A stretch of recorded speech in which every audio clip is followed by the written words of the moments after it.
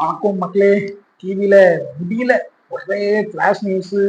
அங்க போறாரா அங்க போறாரா, விஜய் ஆளுநரை சந்திக்காராம். அப்புறம் திமுகவும் அதிமுகவும் இணைய போதான். மறு தேர்தல் வரப்போகுதான். மே 7ஆம் தேதி விஜய் அவர்கள்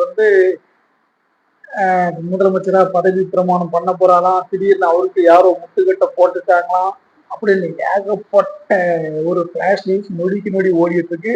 நாம் பார்த்த லெவல்ல கடந்த 20 ஆண்டு கால இந்த அரசியல்ல இந்த அளவுக்கு ஒரு ஹீட், இந்த அளவுக்கு ஒரு ப்ரெஷர் மக்கள் டிவி முன்னாடியே இருக்கிற மாதிரி நான் பார்த்ததே கிடையாது. அந்த மாதிரி பயங்கரமான ப்ரெஷர், ஆட்காலுக்கு ஒரு டகால்ட்டி வேலை அது நடக்க போதான். அதிமுகவும் திமுகவும் சேர போதான். விஜய் பாஜக கொமைக்கு தான் விஜய் எல்லாம் ரெடி பண்ணி வச்சிருக்காரு. ஆனா விஜய் ஆளுநர் பதவி ஏற்க கூட மாட்டுக்காராம் அப்படின்னு பயங்கரமான ஒரு காட்டாபிக்கலாம் ஓடிட்டு இருக்கு. ஆனாலும் விஜய்க்கு ஓட்டு போட்ட விஜயோட உறுப்பினர்கள், விஜய்க்காக ஓட்டு போட்ட தாய்மார்கள், விஜய்க்காக ஓட்டு போட வச்ச சிறு குழந்தைகளுக்கு எல்லாம் இது ஒரு பயங்கர ஒரு டென்ஷனான ஒரு இதாத்தான் இருக்கும். நம்ம விஜய் இங்க கொமைக்கிறாங்களே அப்படின்ட்டு அவங்களுக்கு ஒரு கோபம் வரதான் செய்யும். உண்மையில விஜய் அவர்கள் சிஎமாக, முதலமைச்சராக தன்னை நிறுத்தி கொண்டு அவர் பதவி ஏற்பதற்கான வாய்ப்பு இருக்கு. ஆனா அது அவ்வளவு எளிதில் நடந்துருமா அப்படின்னா கண்டிப்பா எளிதில் நடக்காது. நான் சொல்ல போற அந்த டெக்னிக் மூலமாகவும் நான் சொல்ற விஷயங்கள் எல்லாம் அவர் செய்தால் கண்டிப்பாக அவர் முதலமைச்சராக பதவி ஏற்பார். அதற்கு முன்னாடி அவருக்கு ஏகப்பட்ட இளைஞர்கள் கொடுப்பாங்க. ஏன்னா முதலமைச்சராக அவர் பதவி ஏற்றுவிட்டால் அவரை அசைக்க முடியாது. ஒரு சாதாரண ஆட்சி பண்ணிட்டாலும் கூட அதிமுகவும் திமுகவையும் நம்மளுடைய மக்கள் ஏற்றுக்கொள்ள மாட்டார்கள். அதுக்கு விஜய் மேல் அவ்வளவு ஒரு கிரஷ். அதனால சாட்சிக்காரம் பெருசா சண்டைக்காரம் பெருசா அப்படிங்கிற அடிப்படையில நம்ம அண்ணன் தம்பிக்குள்ள சண்டை ஓட்டு புதுசா வந்த ஒருத்தன் ஆண்டு நம்ம ரெண்டும் இந்த சீன்லயே இந்த ஊர்லயே இல்லாம ஆக்கிடக்கூடாது அப்படிங்கிறதுல அதிமுகவும் திமுகவும் உறுதியாக இருக்கிறதாக கேள்வி. அவங்களுக்குள்ள அண்டர் கவுண்டர்ல நம்ம 2 பேரும் சேர்ந்து ஆட்சி அமைச்சிரும், புதுசா வந்திருக்கிற விஜய விரட்டி விட்டுருவோம் அப்படிங்கிறமான ஒரு பரவலாக விஷயங்கள் பேசப்பட்டு வருது. உண்மையிலே அது இருக்குன்னா திராவிட கட்சிகள் அவ்வளவு சீக்கிரம் விட்டு கொடுக்க மாட்டாங்க. ஏன்னா ஆண்ட கட்சி, ஏற்கனவே ஆண்டுட்டு இருந்த கட்சி, அதனால பதவி சுகங்கள் கிடைத்த கட்சி, அவங்க அவ்வளவு சீக்கிரமா விட்டு கொடுத்துட மாட்டாங்க. விஜய்க்கு பயங்கரமான சவால்கள் காத்து கொண்டுதான் இருக்கு. ஆனா கொஞ்சம் அட்ஜஸ்ட் பண்ணி கொஞ்சம் ப்ரெஷர் இல்லாம கரெக்டா கேம் அடிச்சு நான் சொல்ற அந்த வழிகள்ல அவரு ஈடுபட்டார் அப்படின்னா உண்மையிலே அவர் தான் சிஎம். ஒருக்கம் சிஎம் ஆனா சரி, அதாவது ஒருக்க முதலமைச்சர் ஆனா சரி, அடுத்த 20 வருஷத்துக்கு விஜய் அவர்களை யாரும் அசைக்க முடியாது அப்படிங்கிற ஒரு நிலைமைக்கு தள்ளப்பட்டோம். அதனால சண்டை பெருசா வீடியோ பெருசுன்னு பார்க்காம தனக்காக இருக்கிற அந்த சான்ஸுகளை வச்சு அவரு அழகா காய்களை நகர்த்தி முதலமைச்சர் ஒரு தடவை ஆகிட்டாருன்னா அடுத்து அவர் தான் கிங்கு. அவருக்கு கிங்கு மேற்கிருந்து எவரும் தேவை இருக்காரு. அதைத்தான் நம்ம இந்த வீடியோவில் பார்க்க போறோம். நம்ம சேனல்ல இப்போதான் புதுசு அப்படின்னா கண்டிப்பா நமக்கு ஆதரவும் சப்ஸ்கிரைபும் கொடுங்க. அப்பதான் நமக்கு ஒரு பூஸ்டா சரி, முதல்ல விஜய் கிட்ட இருக்க சவால்கள் என்னங்கிறத ஒண்ணா பார்க்கிறோம். அதுக்கப்புறம் விஜய் இதெல்லாம் செஞ்சா அவர் கண்டிப்பா சிஎம் ஆயிடலாம் அப்படிங்கிறத நம்ம பார்ப்போம். விஜய் முன்ன இருக்க சவால் என்ன? விஜய் இப்பதான் ஃபர்ஸ்ட் முத தேர்தலை சந்திக்கிறாரு. அவரே நினைச்சு பார்த்திருக்க மாட்டாரு நம்ம இந்த அளவுக்கு ஒரு இவ்வளவு உள்ள நம்ம சீட்டை பிடிப்போம், முதலமைச்சர் ஆராய்ச்சான் எல்லா மேட்டரும் நடந்திருக்குமா அப்படிங்கிறது நினைச்சு பார்த்துருக்க மாட்டாரு. ஆனா மக்களோட ஆதரவு, மக்கள் தீர்ப்பு மகேசன் தீர்ப்பு அப்படிம்பாங்க இல்லையா, அதே மாதிரி ஆதரவு நிறைய இருக்கு. அதனால அவரு ஆயிட்டாரு. ஆனா ஒரு சின்ன மிஸ்டேக் என்ன ஆயிப்போச்சு அப்படின்னா அறுதி பெரும்பான்மை கிடைக்கவில்லை. அதாவது அறுதி பெரும்பான்மைன்னா என்னன்னா 118 சீட்டு இருக்கவங்க யாரோட தயவு இல்லாம தனியா ஆட்சியை பிடிச்சிடா தமிழக வரலாம். சரி, ஆனா விஜய்க்கு கிடைச்சிருக்கு 108. அதுல ஒண்ணு அவர் ஆதரவா பண்ணி ஆகணும். இல்ல 2 தொகுதியில போட்டியிட்டு செலுத்திட்டாரு. அதனால ஒண்ணு அவர் ஆதரவா பண்ணி அப்ப 107. அதுல சபாநாயகர் ஒருத்தர் அதை தேர்ந்தெடுக்கணும். அவர் புது மனுஷன் ஆயிடுவாரு. அதனால 105. இந்த 105க்கு பதிலாக காங்கிரஸ் அவர் இப்போ ஆதரவு கொடுக்குறாங்க.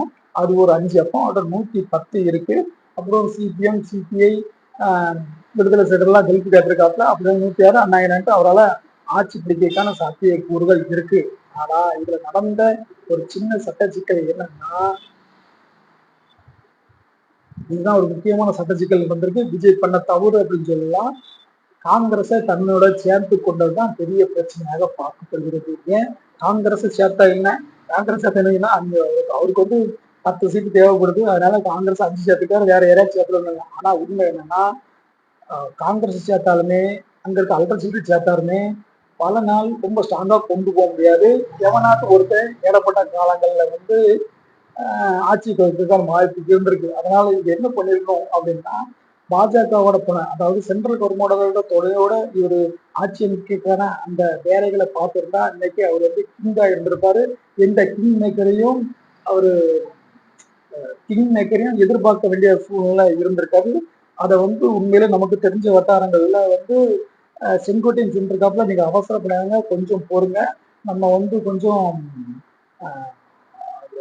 பாஜக துணையோட கொஞ்சம் ட்ரை பண்ணி பார்ப்போம்ட்டு. ஆனா அங்க இருந்த நிர்மல் குமாரும் அப்புறம் அந்த லாட்ரி மருமகனும் வந்து அதுக்கு ஈடு கொடுக்காம ஒரு ஒரு அவசர கதியில வந்து அவங்க சேர்த்ததுதான் இவ்வளவு ஒரு சட்ட பிரச்சனைக்கும் அவரு இந்த அளவுக்கு ஆளுநரை சந்திக்க வேண்டியது மற்றும் ஆளுநர்கிட்ட திரும்ப திரும்ப கேட்டு எங்களை வந்து ஆட்சி அமைக்க கூட சொல்லுங்க அப்படிங்கிற ரெக்யூஸ் பண்றதுக்கு காரணமா அமைது. ஏன்னா ஆன்லைன்னா கண்டிப்பாக தெரியும், சென்ட்ரல்ல யார் இருக்காங்களோ அவங்களோட கண்ட்ரோல்ல தான் கிட்டத்தட்ட இருப்பாங்க. அதனாலதான் பாஜகவுக்கு ஆளும் மோடி கட்சிக்கு வந்து ஒரு கோபத்தை ஏற்படுத்திருக்கு. ஏன்னா கேரளாவிலையும் நாங்க தான் ஆட்சி அமைக்கும், பக்கத்தில் இருக்க இந்த தமிழ்நாட்டில் நான் எங்க கூட்டணி ஆட்சி தான் வந்து மார்பு தட்டி கொண்டு இருக்கும் யாரு, நம்மளுடைய காங்கிரஸ். அப்போ காங்கிரஸ் மார்பு தட்டினால் ஆட்டோமேட்டிக்காக பாஜக போகும். இந்த ஒரு சின்ன முரண்பாடு தான் விஜய் அவர்கள் இன்று மே 7ஆம் தேதி முதலமைச்சராக பதவி ஏற்க முடியாத ஒரு சூழ்நிலை இருக்கிறார் என்பது கரெக்டான உண்மை. இதுதான் சரியான உண்மை. இதுதான் இவ்வளவு குழப்பங்களுக்கும் இதுக்கும் காரணம்.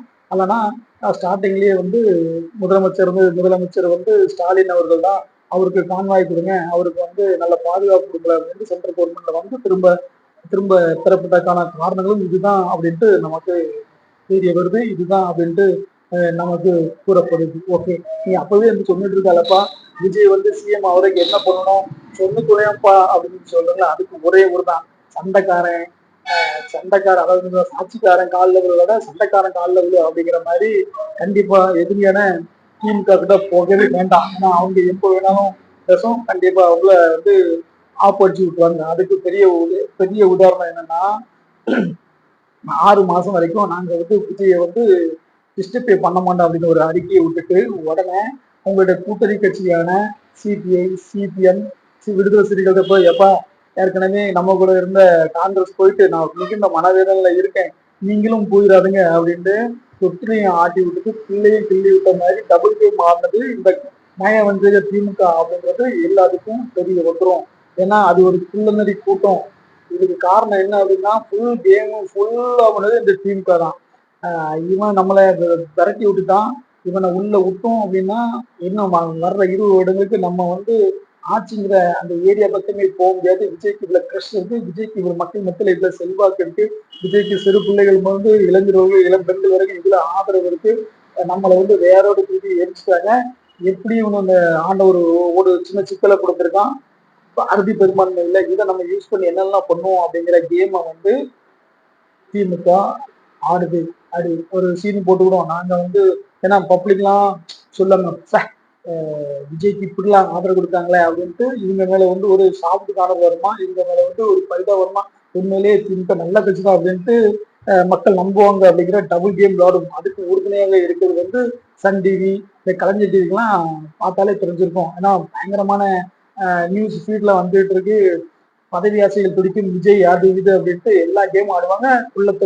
உள்ள நெறி கூட்டம் பயங்கரமா இருக்கத்தான் செய்யும். அதெல்லாம் எதிர்கொள்ளணும் அப்படின்னா விஜய் இருக்கிற ஒரே ஆப்ஷனு எதையும் மறந்துருங்க, டைரக்டா எடப்பாடி பழனிசாமி அவரோட டைரக்டா போங்க, ஃப்ரீயா மன விட்டு பேசுங்க. இப்படிதான் இருக்கு, உங்களுக்கு என்னென்ன தேவை, கூட்டணி ஆட்சி பண்ணும் அல்லது என்ன பண்ணுவோம் நீங்க தான் நமக்கு ஆதரவு கொடுக்கும் அப்படின்ட்டு விஜய் அவர்கள் டைரக்டா போய் எடப்பாடி பழனிசாமி அவர்களிடம் கேட்டால் உண்மையாவே சொல்ற அவர் வந்து ஒத்துக்கொள்வார். அவங்க தூது கலப்புறது, செங்கோட்டையின் மூலமா டைரக்டா அந்த மாதிரி மூத்த அமைச்சர்களை தொடர்பு அப்படிலாம் கண்டிப்பா அவருக்கு அந்த ஆதரவு கிடைக்கான வாய்ப்புகள் கிடையாது. விஜய் கிட்ட இருக்க ஒரே ஆப்ஷன் இதுதான். எடப்பாடி பழனிசாமி அவர்களை சந்தித்து அண்ணன் எனக்கு ஆட்சிக்கு அமைக்கிறதுக்கு நீங்க ஆதரவு கொடுங்கள் அப்படின்னு சொன்னா கண்டிப்பா விஜய் அவர்கள் தமிழகத்தின் முதலமைச்சராக பதவி ஏற்பார் என்பதில மாற்று கருத்து கிடையாது. விஜயை சுற்றி பல குள்ளநெறி கூட்டங்கள் ஆய்ந்து கொண்டிருக்கிறது. குறிப்பாக திமுக என்ற கொடிய மிருகம் எப்போ விஜய காவு வாங்கலாம் அப்படின்னு வச்சுக்கிறது. அதை கணக்கில் கொண்டு விஜய் அவர்கள் செயல்பட்டார். அடுத்த முதலமைச்சர் அண்ணன் விஜய் அவர்கள் தான். இதெல்லாம் எந்த ஒரு மாற்று கருத்தும் கிடையாது. ஓகே மக்களே, நம்ம சேனல்ல நீங்க இப்பதான் புதுசு அப்படின்னா நம்ம கண்டிப்பா ஆதரவு கொடுங்க. இது இன்னைக்குள்ள தமிழ்நாட்டில் கலவரம், நாளைக்கு என்ன நடக்குது, என்ன நடக்க போகுது அப்படிங்கிறத அடுத்த வீடியோல உங்களை சந்திக்கலாம். நன்றி, வணக்கம். நம்ம சேனல்ல இப்பதான் புதுசாக நமக்கு ஆதரவு சப்ஸ்கிரைப் கொடுங்க.